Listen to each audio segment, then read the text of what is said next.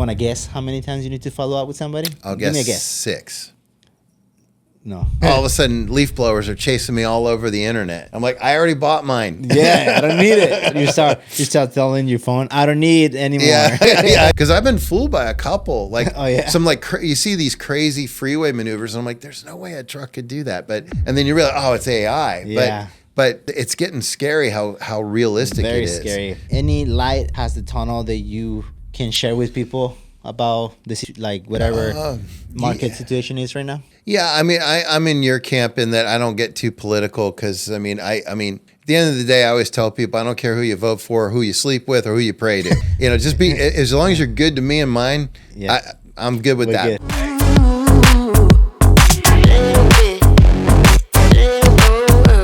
What's up, guys? Welcome to another episode of With the Boys podcast. Today I have a great guest. He blessed me with his presence today. He's a great guy, exciting man, business owner, pilot. I didn't know that about him, so I'm excited to talk about that.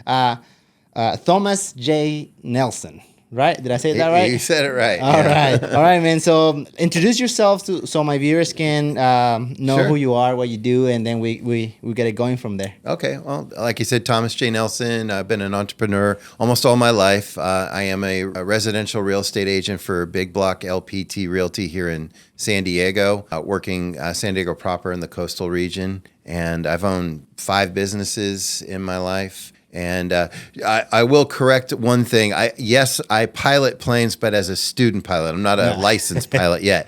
But I get to tell people I fly planes without a license. And I've been doing that for almost 40 years. Wow. Somebody would say I'm a slow learner. I haven't got my license yet. But. Hey, you need to take whatever time it needs to, right? Maybe you're not taking it because you don't want to, or it's expensive, and I haven't been at a place where I feel like spending the money to finish ground school and get my licensing. That's a really good reason. Yeah, yeah. What happens is you get married and you have kids, and then you start having different priorities. So, yep. Oh yeah. Tell me about it. So you're married. How many kids do you have? One son, Wyatt. He's 27. He's up in the San Francisco Bay Area. He's a police officer. Oh, nice. Yeah. Well, that's awesome. Yeah. I have a daughter. She's 7. And she's still in school. So you're at the other end of the spectrum. Yeah, I'm still the fun dad for now. And she laughs at my silly jokes and stuff. So well, enjoy it now, because then when they get past 18, it's hard to get them to even call you. Yeah, that's what I heard. Hopefully she sticks more close to home, so yeah. Oh, I'm Mexican. I mean, you figure that out, but I'm pretty sure you figure that out because of my accent. So I'm Mexican, so we usually are very like family oriented. Yeah. So our families usually don't separate for long periods of time or too far. Good. So I'm hoping that she has that influence, from my side of the family. And then she's like, she doesn't. She wants to go out and travel and go to college somewhere else. I'm all for it. She has my full support for whatever career she wants to pursue. Yeah, that's good that you give her that freedom. I mean, But my son married a Mexican woman, and my sister's married to a Mexican man. So we're very much married into the culture. So nice. I've seen that. Yeah. And bigger family gatherings and a lot more frequent family gatherings. Yeah. So, it's very traditional that way. So I hope that, because my exes, we're separated. Her family is not so close like that, but they're close. Don't get me wrong, they're close, but just not like we are. Like that we hang out and we seek each other out and we like, hey, what are you doing this weekend? Let's come over. Let's make some carne asada or something. Yeah. Well, I mean, and that's kind of, that idea, that cultural idea is what I like to bring into the entrepreneur world too, because it's all about relationships. Mm-hmm. I mean, at the end of the day, especially in sales, it's about building relationships with people that become advocates and they become repeat business. We were talking off camera before we started about how the market's been, and it's been a rough market the last year, but what sustained me were those relationships. Every book of business I did last year was either a referral from a client or a repeat client. Yeah. It was not a stranger. Wow. So that it speaks to having that community, even in the business world. It's really important. Yeah, I think you touch a really good point there, especially when you're the one building those relationships, right? In my case, I have my own business, and that's one of the biggest lessons I learned, right? Is building relationships. The first people that I reached out when I started my business was like friends. Yeah. Yeah, it's like, hey, I'm doing this now. If you know somebody, let me know. And then I still have people, friends that they started as my clients. We become friends, and they're not my clients anymore, but we're still friends, Yeah. And I appreciate that because I have learned so much from them. And then whenever they see the opportunity, they send me somebody like, hey, look, talk to this guy. So referrals, I think, is the strongest lead generation format out there. Yeah, definitely. I mean, and referrals is proactive. A lot of people say word of mouth. Word of mouth is passive. So it's definitely referrals. Referrals, you have to go out and work referrals. Yeah. Passive being word of mouth just means it happens to come your way. But that you can't count on that. So you have to put a little. If you want orange juice, you got to squeeze the orange, right? Yeah. You can't just sit there and hope the juice comes out. Excuse itself. Yeah. So that's true. That's kind of the nature of working by referral. Cool. Oh, that's good, man. Yeah, I agree with you in that regard. And one of the toughest things that I have done besides being a dad, because that was completely new for me. I have no idea. I still don't. I still don't have any clue what I'm doing. I'm just hope that I'm doing my best day by day, and then it's like, let's see what happens. But the second hardest thing is been running a business. Yeah. I don't think like the word entrepreneur and all those things. I think sounds good, right? And it sounds good when you say like, oh, I'm an entrepreneur, and it has become a little bit of a cliche nowadays. But what I find out is running a business is a lifestyle. Kinda, especially in the early stages is you think you know what you're doing, but in reality, there's so many things that like QuickBooks, how to improve your internal systems, how to you can deliver better service. All those things are things that I have like find out sometimes even the hard way. Yeah, well, that's part of being a business owner. It's there's a lot of trial and error. Yeah, there's a lot of 80% go. You're only going to know about 80% of what you need to know, and then you just got to you can't sit there with paralysis of analysis. Yeah, that's part of the deal. Yeah, you just got to hope that you don't make catastrophic errors, so that it's more smaller things. Yeah, way to tweak customer service or your marketing or your branding or the way you negotiate deals. Yeah, that all comes with time. But most businesses, they fail in the first 3 years. So if you're in business longer than 3 years, you're better than about 80% of the businesses out there. Yeah. And that comes from being also tenacious and being a survivor, surviving those mistakes, learning from them, not letting them defeat you, but getting up back off the canvas. You take your shots and you get back up. Yeah. Oh, that's a great analogy because I love boxing and UFC. Yeah. I'm an old Taekwondo guy. So, oh, really? Yeah. Oh, so nice. I love sparring. So. Oh, I love the sparring day is my favorite day. Yeah. I have a big old bruise down here because I got body shot on Thursday. So I do boxing, kickboxing, and a little bit of MMA too, like wrestling and all that stuff. Jiu-jitsu. So I love that reference. And I agree with you. I think. Well, let me ask you something. What's as a business owner, maybe in the past or now? Because I know you mentioned like past the 3-year mark, right? So in my case, so I've been solo for 2 years. Like this is my 3rd year. I have been having my ups and downs, but besides that, business has been good. I think I have I know what I'm doing because I did it before for bigger industries. Yep. So I know like, okay, and at least on this area, I'm getting it right. Like, which is like content and getting leads like that. I'm good at, I can do it. Now this other thing is, struggle for me is the recruiting people, right? Hiring people. I have a team now. Thank God I've been growing. So I have a team, have editors, social media managers, and lead gen, like internal systems. They help with that. So that whole process has been a little bit frustrated sometimes because I know you heard of the saying that goes, is it fire fast, hire slow? Yeah. Right? Yeah. And I'm like, at first I didn't get it, but now I'm like, okay, I get it, but it sometimes it takes so much time to hire the right people, right, to join your team. So Yeah. what's your take on that? Well, I think that's where a lot of business owners make a mistake is they rush that process. I have a system for hiring because I used to, since COVID, I don't have an assistant that works for me anymore, but I used to have assistants that work for me in the office, and I would have to hire them and put them through the interview process. And so I had a system for doing that. I had certain questions I would ask them. And because I'm in real estate, it would be everything from customer service scenarios to mathematics to, situational things. I wanted to know how proactive they were, because I'm going to leave this person on their own for hours at a time. So there's a system to hiring. And then there is I usually gave them a 90-day window of probation and then I would give them a review. And then I would let them know, every 6 months after that, you'll get a review and we're going to check in with each other.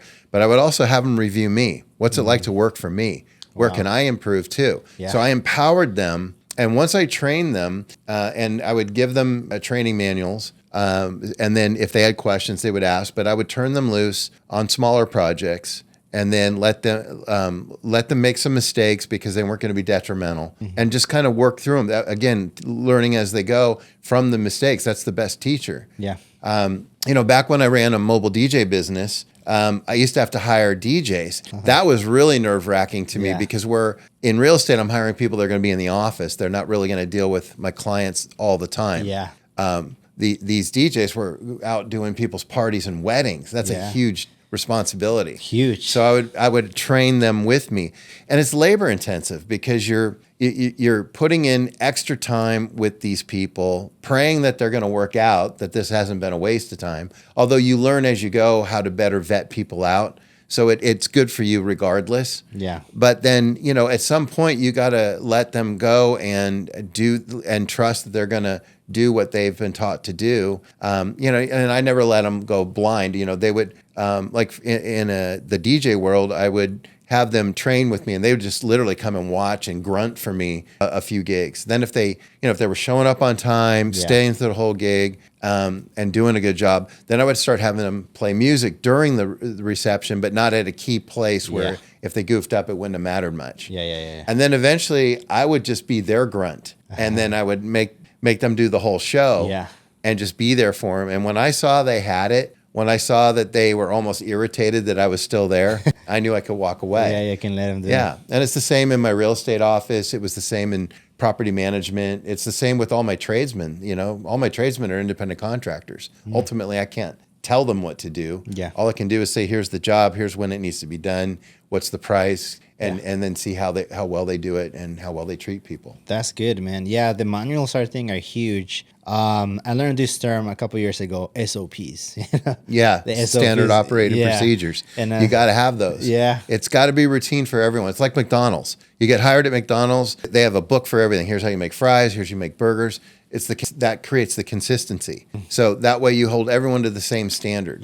Yeah, it's great. I think so. When I started doing SOPs, for me, that was a game changer, because then I started going like, okay, if I'm gonna run like ads, right?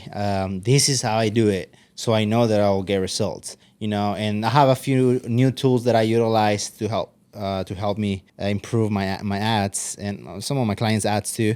The ones they want to do it, which is an AI tool nowadays, like AI everything, right? Mm-hmm. But this tool is an AI tool, and it does help. It's not like the solution to everything, but it does help. It helps, yeah. I use AI every day too. Yeah. But as a helper, not as a crutch. Not like the solution for everything, right? Which a lot of people are like misunderstand that, and they think it's like, oh, they're gonna do the work for me. It's like, no. They won't. Like, you need to do the work. Yeah, you got to check the work. Yeah, an example in my case is I build a whole funnel for my clients, and to the point that we use AI to filter out some of the leads, so that way instead of like 60 or 70% accuracy on leads, we are like an 80, 85, sometimes depending on the client, 90. So that's a huge difference. So that helps.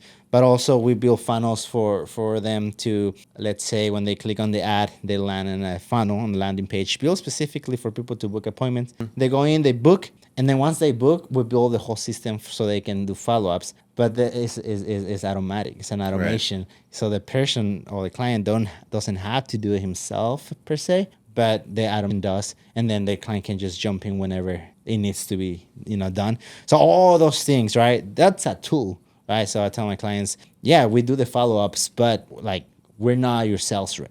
Right, like, right. We help you get the leads and the appointments, but you had to talk to them. Like you still need to follow up with them and making sure that you get into the point that you want to, right? Because we just can take them so far.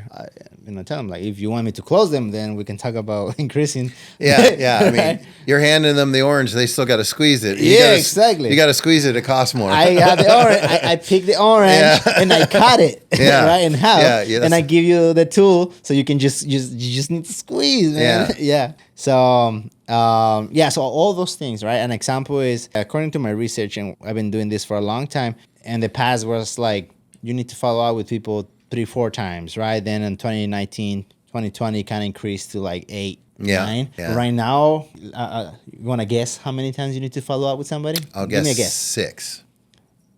No. 12? 12. Seriously, it's doubled. Wow. That's the amount of follow-ups you need to do to a client to close them. Sometimes it's less depending on how. Sure. I don't know if you know who's Jordan Belfort, the Wolf of Wall Street guy. Oh yeah. Sorry. Yeah. So I was thinking of a local. Oh yeah. No. Jordan Belfort is the Wolf of Wall Street. So I use a measuring. It's called certainty measurement system that he has. So he says that from 1 to 10, how certain are this person to become your clients, and then you score them. And is 7 is like good, right? 6 is like maybe you still need to work them out. 10 are like they call you and they're like, let's do it right now. Right. Like they're like ready, which it takes rarely you get some of those, right? Yeah. But you don't get those as often. So based on this metric, I use this metric for a lot of like to scoring how my leads are performing, and also my clients' leads. And I tell them, like, depending on this metric is how many follow-ups you might have to do. If you're on a 7 with a client, you have to do the 12 follow-ups, sometimes maybe a little more. And I'm not saying that you're going to like constantly bombard them with messages 12 days in a row. No. Yeah. You have 12 months. Yeah. Right? So you can do it once they check your stuff. You start the conversation. You follow up the day after. Then if they don't reply, 2-3 days after, a week, 2 weeks, 3 months, etc. A month, 3 months, 6, and then you like keep going. Like 6 months is like, hey, Jonathan, how you doing? Hey, are you still looking for a house? Yeah. I mean, we have something similar in real estate. We call it the 8 and 8. We do 8 touches in 8 weeks, but those vary. It could be a call, a text, a video text, a voice text. It could be social media if we have it, email, direct mail. And then after 8 and 8, we'll kind of trickle them at that point. And but that way, in the first 8 weeks, if they're gonna do something, it usually comes out then. And if they're not, we keep them on a keep in touch system because they'll probably do something eventually. And then in the meantime, if somebody calls us and says, "Hey, cut it out," we just take them off the list. Yeah. You give them that option. Yeah. By rules of the state of California, you have to give them that option legally. So that's just by law. We have to do that. So they can just take stop or on the email unsubscribe and things like that. Or take me out of your list, and then it stops. Sending the messages to them. Yeah, so 8. How does it call? 8 what? 8 and 8. 8 and 8. 8 touches in 8 weeks. 8 and 8. Okay. Yeah. I like it. It's a nice term. 12 and 12. No. Yeah, you could do that. I mean, you can modify it to. I mean, that's real estate. So I mean, you have to know. Whoever all your listeners have to know their own business and what works. 8 and 8 might be way too much for some businesses. Yeah. And maybe not enough for others. It depends on the product or the service you're selling. Yes. So my approach usually starts in social media. So it starts through the ads.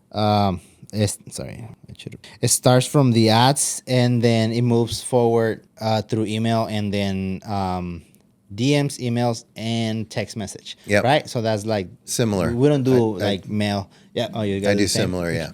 So, and the reason new data says 12 is because there's so much noise nowadays. Yeah, it's all the social noise. media. Yeah. Yeah. So we're not the only ones reaching out to them. Yeah, absolutely. I mean, these days, they got those algorithms where the minute you click on something, everyone's after you. I mean, Yeah. it just, it happened to me the other day. I was looking up leaf blowers, Okay. and all of a sudden, leaf blowers are chasing me all over the internet. I'm like, I already bought mine. Yeah, I don't need it. You start telling your phone, I don't need anymore. Yeah, yeah, I know. We joke around with it, because it's creepy how like you could be talking about something. Oh, they're listening. Yeah, they are. And all of a sudden the ads start coming. Yeah.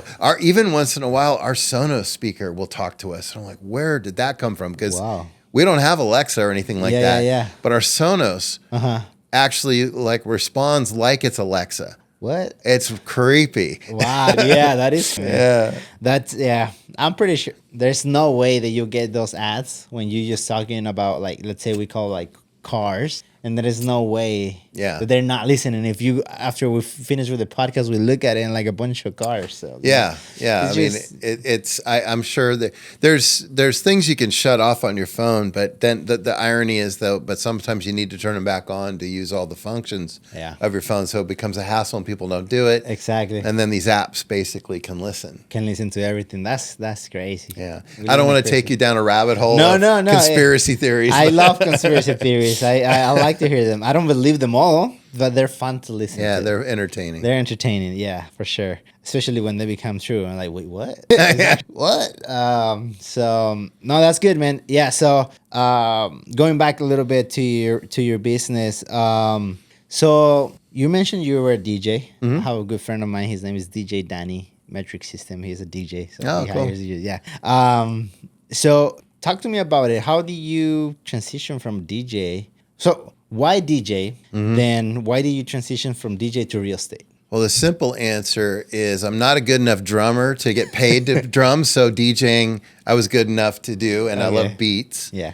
So this was going back to when I was 17 years old, and I wanted to start a business. And I said, I want to start a business where I get to impact and improve the lives of others through music, and that was dancing, entertaining, and then eventually I got better at being an MC and being an MC. And I'm not talking like Grandmaster Flash MC. I'm talking about making announcements and things like that. Yeah. And so what drove me was just my love for music and my desire to be an entrepreneur. It was technically my second business I started. I had a car washing business when I was younger. But that was not a formal business. So my first formal entrepreneurial venture was the mobile DJ world. It started in nightclubs, and then I met a mobile DJ who taught me about doing it as a mobile. So I was doing nightclubs and mobile, and when I realized mobile pays better, so I did that. But nightclubs were fun, so I did both for quite a while. Yeah.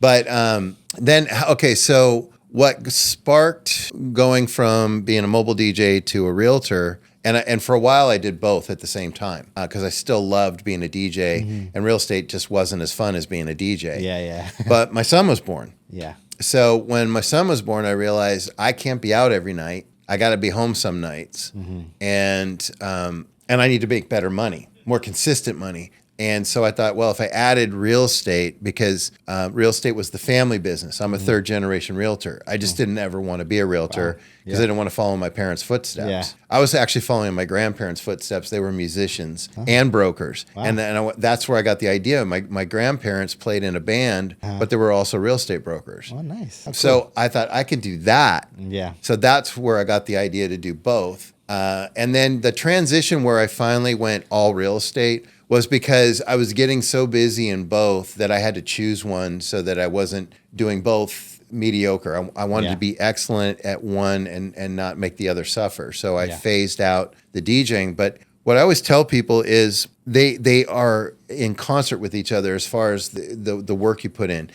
Think about a wedding. It's if you think about a wedding like a buyer, a couple buying a lot of service that's very expensive on one day, and all those services have to come together and work in concert with each other to make their day a success, right? And they're nervous and they've never done this before. Sounds like a first-time buyer, right? Yeah. Same exact principles. Wow. And the show must go on mentality of a musician comes into real estate because there's a lot of pushback. You run into problems, you run into unexpected hiccups because of lending issues, or the other side is being misbehaving, or the other realtor doesn't know what they're doing. You need to we got to push through all this. And that's the same as when somebody hires you to do a wedding and you've got a cold. You don't call in sick. You load up on medicine and you go do the gig, right? Yeah. I mean, I've done gigs with sprained ankles, with broken fingers, with pneumonia. I didn't know I had pneumonia at the time, but I mean, and it's the same in real estate. It's just like, whatever it takes to get it done within the law. Yeah. And so it really helped because I always got interviewed by brides and moms, which is an intense interview. Yeah. So getting interviewed by a buyer or a buyer couple or a seller or a couple people selling, or even a group selling, an LLC selling, it's the same interview pressure. So it was just, okay, different service, but the same customer service and the same hospitality has to be put into both. Yeah. So it was very transferable. It was just a matter of learning how to apply it to the real estate world. At least for me, I think sometimes it's kind of tough to I need to check the data a few times from different perspectives. Yes. Just for me to have an opinion on my own and be Yes. like, okay, I think this is what actually is going on. Because you're right, things get sensational. What is it? Sensationalized. Sensationalized, yeah. And everybody just wants to put information in a way to fit their narrative sometimes. Yeah. And you brought up AI. I mean, think about, there's so many things posted now on AI that are AI generated that are so realistic looking. Yeah. And you really have to look at it and go, because I've been fooled by a couple, some you see these crazy freeway maneuvers, and I'm like, there's no way a truck could do that. And then you realize, oh, it's AI. Yeah. But it's getting scary how realistic it is. Very scary. You want to hear a scary one? Yeah. That is easy to access?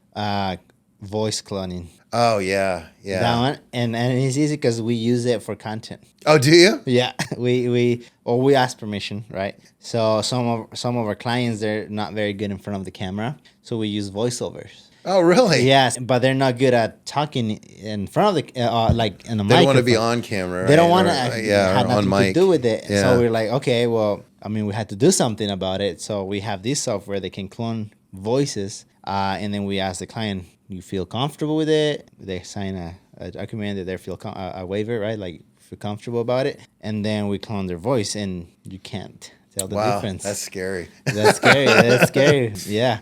Because they've been doing a lot of scams with those things when they call. So that's why I don't answer phone numbers that I don't recognize. Yeah, there's a lot of that too. Yeah, I've heard. In real estate, we have to coach our clients that whenever they go to wire money, the last thing you do before you wire money is you call escrow and verify that account number you're about to wire to. Yeah. Because even the email cloning is so precise that it's just one character off, and it's the same letter, but it's a different character set. Wow. Font set, which makes it go to a different address. Hey. Yeah, it's really scary. Because there's tons. They go, which one's the fraud? And you're looking at it with them, and you're like, they're both exactly the same. And they're like, no, here's where it's different. And you're like, you can't see it. Wow. So the only way to verify it is old school. Call in and verify. Yeah. So to your point, nowadays, if you're going to have a conversation where at least if you're advising a client, your source has to be verified, because if you're going off one internet article, we can't do that in real estate. We have to do a lot of verification of things, because we don't always we can't trust just the articles that we read in the online magazines and reports we get. Yeah. Unfortunately, because a lot of them are not biased, right? So a lot of them are biased, right? They're biased. They're biased. And like I mentioned, some of them, they're just giving their own opinion, which is fine. Everybody is entitled to do that. It's just, where do we get information that is just information? Without any agenda to push either or side. And that goes back to relationships we were talking about earlier. Is even in that world, like my relationships with my lender and the thought leader that he gets his information from. I that took years to develop and trust. Yeah. So that I know that information is correct, and the information I'm getting from escrow or from title. It's those relationships that you're putting your faith in. So that's why whenever I get some information that I'm not sure of, I'm usually checking one of my human being sources to say, is this for real? Can we do it this way? Yeah. Is this really a new law? And whatever the question is. I did some marketing for an escrow company. I don't want to say names, just because I don't know if they feel comfortable with me saying these things. But I remember in a few occasions that the email thing that you were talking about, and like they transfer it and all those things, and it was like a big deal. Yeah, I mean, of course they happened to fixed people. it. They fixed it, but it was like scary. Yeah, because I mean, it could go to another country and it's gone. Yeah, exactly. You just don't know. Yeah, so scary times. Like any piece of technology, right? It has its pros and its cons, right? So it's only as good as the people behind it. Exactly. Like people will use it like nuclear, right? Nuclear, you can either provide energy for a bunch of cities and stuff, or you can destroy cities. Whatever you want to use it for, that's what the effect is gonna. Yeah, the consequences are gonna happen there, and you're right. The people behind it is what matters, and we cannot control like people doing illegal stuff, right? So, so that's a scary time. I think the next big thing will be AI protection. I think whoever comes out with something that can protect people from AI and scams and things like that, I think that's gonna be the next industry that's gonna be at the same level of Apple and Well, it's like LifeLock. I mean, whoever thought we would need identity theft insurance, basically, But now, I mean, that's part of my insurance package is identity theft. So AI would be the next thing. It almost feels like a scam in that they invent a technology that can then get abused. Yeah. But then there's a solution that's created for only $19.99 a month, right? Right? It's like, wait, what? This is way too convenient. I got a lot of subscriptions these days, It's like streaming. Yeah, exactly. I miss having the old school cable where you just have one remote, one thing, and you look. Now it's like you want to watch like two football games, and it's like you got to wait, switch, buffer, wait for the spinny thing. It's like, man, I just want to check scores over here while the commercial here. So many streaming platforms nowadays. Like you want to watch something, you go to Netflix, but then the show is not there, so you go to Disney Plus. Yeah. Another show is not there, so you got to go to whatever HBO. And I was like, why? Just make one. One where it's like one guide, it's like you can choose Netflix, HBO. Yeah. So whoever comes with that idea and manages the these businesses to agree to it is gonna make a lot of money. Yeah, I have the idea, but I don't have the know-how. The know-how, or I'm pretty sure the platforms won't agree to it. Yeah, I know that's the other thing. They just make a lot of money with it. Because people have a bunch of subscriptions, different Hulu, Disney Plus, Netflix, HBO, Prime, Amazon Prime Video. That's another one. And then a lot of movies are not even free in those platforms. I know. You have to still pay for them. You're paying a subscription and you still got to pay for it. It's insane. What is this? I wish we could make money like that in real estate. Right? We still have to be honest in real estate and do it all on the up and up. But these guys figured out a couple little tricks. So loopholes there. They have now we're gonna charge this, and every year they increase. I was paying like $8 for Netflix. Now I'm paying like 15. Yeah. Oh, I know. I mean, that'd be like in real estate, it'd be like, okay, well, you pay me to help you get close escrow, but now you want the keys, right? Exactly. It's an extra fee. Yeah, right? exactly. The keys is an extra. That's kind of that's what Netflix and all them are doing to us. It feels that way. It's nothing I can do about it, because if they can say, oh well, cancel your subscription, but like, okay, but I have kids and I need to entertain them somehow sometimes when I'm working, so it is feels like a scam sometimes, they just raping us. Well, and you don't pay attention to it after a while because it's all just auto bill. Yeah. So it's like, wait a minute, how many subscriptions do I have? Yeah. So Exactly. yeah. What is this thing? And then you do the free trial once, and then you Forget, yeah. and then you be in charge, and then 6 months later, like, why am I being charged for? I don't know. Yeah, and you haven't watched it in 5 months. Yeah, like what the heck, man? This sucks. Why am I paying this money? And it's not like they reimburse you, No. Yeah, so it's like, okay, I'm screwed. I'm just gonna cancel the subscription. I'm a big fan of like fighting, UFC, boxing, all those things. Yeah. So now there's these platforms that you pay subscriptions for, like the Sun and things like that. Oh yeah. And I paid the Sun, and then I was watching the fights, and then they came out with pay-per-view on the Sun. Right. I'm like, Yeah. so then why am I paying you the subscription? Yeah. Like the fight, I can watch, if I want to watch a fight again, I can just go to YouTube. Yeah. And just watch the fight again there. Yeah. Why am I, if I'm going to pay for pay-per-view anyways? So I cancel my subscription for the Sun. But, well, man, anything that you want to share with people? I know you had to go. You know what? We were talking about it a little bit. I try not to go too political on the podcast, but is there anything, any light, past the tunnel that you can share with people about this, like whatever market situation is right now? Yeah, I mean, I'm in your camp in that I don't get too political because I mean, at the end of the day, I always tell people I don't care who you vote for, who you sleep with, or who you pray to.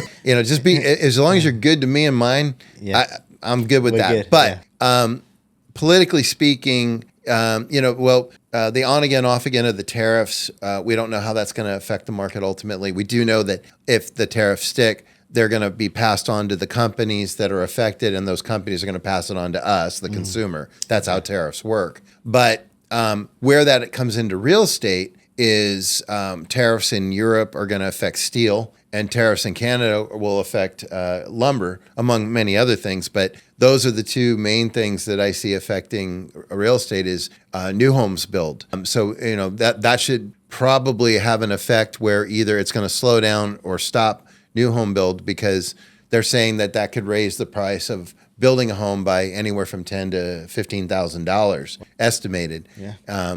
Which maybe in the grand scheme of things, you don't really feel that when you're already buying a $900,000 home. Yeah. But for some people, that could make or break the difference. Yeah. And you hate to see that. But on the flip side, though. What's bad for the stock market is good for the real estate market, because usually what we'll see is as the stock market takes some hits, the Fed usually lets rates start to drop, which the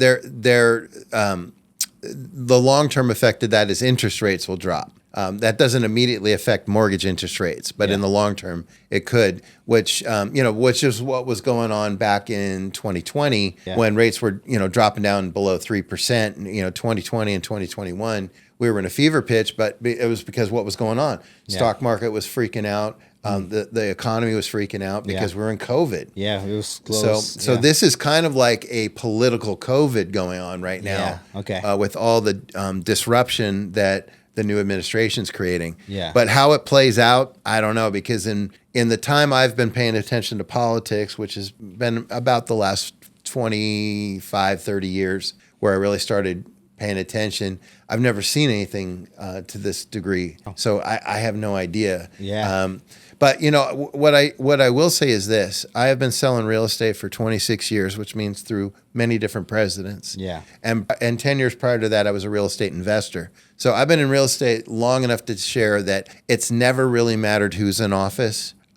If you've got a job and life is happening, you're having kids, or your kids are all graduated and you need a smaller home or a bigger home, a spouse, God forbid, passes away, or there's a divorce. Life happens that makes people move regardless of what's going on in the economy or in the politics, in the world of politics. So I would just say I don't make decisions based on who's in office. I make decisions based on what's best for my family and my life, and what our needs are and what can we financially support. Yeah. If I'm gainfully employed and this is a need, I would do it, because it's less expensive for people right now to pay a little higher interest rate and pay less for the house than it is to pay more for a house at a lower interest rate, because down the road you're paying that lower interest rate but on a higher principal versus a higher interest rate on a lower principal that you can refi later. Yeah. You know, you're not going to be able to refi a lower rate later, most likely, because they're, you know, presumably they're not going to go much lower to make it worth it. So to me, and I practice what I preach, because I've done that. You know, I've in the last 2 years I've moved because I saw the opportunity to pay less for a property, and then work the refi down the road. That's great, man. That's a great advice. I think you know.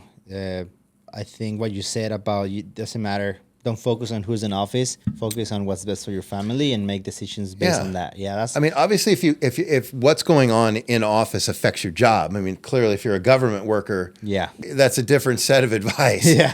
But you know, I'm just saying that not everyone is being affected by what's going on there.